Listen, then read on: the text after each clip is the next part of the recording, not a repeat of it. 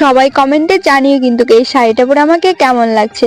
তো আমি গিয়েছিলাম বিয়ে বাড়িতে, তো বিয়ে বাড়ি এসে এখানে আমি বসে কয়েকটা ফটো তুলে নিচ্ছিলাম আর ভাবলাম এখানে কয়েকটা রিলস বানিয়ে নিই, কিন্তু রিলস বানালাম কিন্তু দেখতে এতটা লাইটের জন্য খারাপ লাগছিল, তার জন্য আমি মানে একটা রিলসও ভালো হয়নি, মনটা আমার খারাপ লাগছিল, কিন্তু কোনো কিছু করার নেই।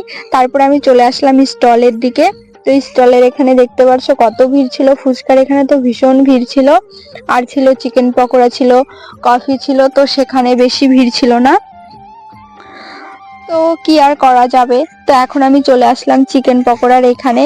এই যে বেশি এখানে ভিড় ছিল না, তো এখানে আমি একটু দাঁড়িয়েছিলাম। আর বিয়ে বাড়ি এসে না মানে ফটো তুলতে, ভালো করে যদি ফটো না তুলতে পারি না মনটা ভীষণ খারাপ লাগে, আর রিলস না বানাতে পারলে তো আমার খুব খারাপ লাগে, কিন্তু কোনো কিছু করার নেই।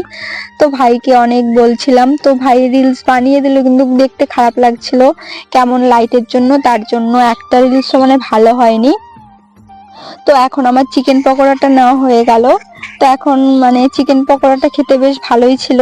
তারপরে আমি চলে আসলাম কফির এখানে। কফির এখানে দেখতে পাচ্ছ বেশি ভিড়ই ছিল না, অনেকে আছে কফি খায় না। তো এখন আমার কফিটা নেওয়া হয়ে গেল। তো কফিটা অনেক গরম ছিল কিন্তু। আর বিয়ে বাড়ি এসে না মানে ভালো করে ফটো না তুলতে পারলে আর রিলস না বানাতে পারলে না মনটা ভীষণ খারাপ লাগে, কি বলবো। তো কি আর করা যাবে।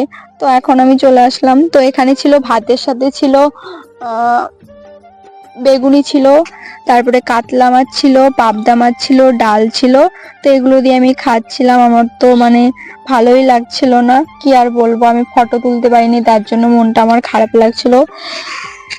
তারপরে এখানে ছিল ফ্রাইড রাইস, মাটন ছিল, তারপরে ছিল দই, মিষ্টি, চাটনি। তো ভিডিওটি ভালো লাগলে লাইক, কমেন্ট, শেয়ার আর সাবস্ক্রাইব করো। আর কে কোথা থেকে ভিডিওটি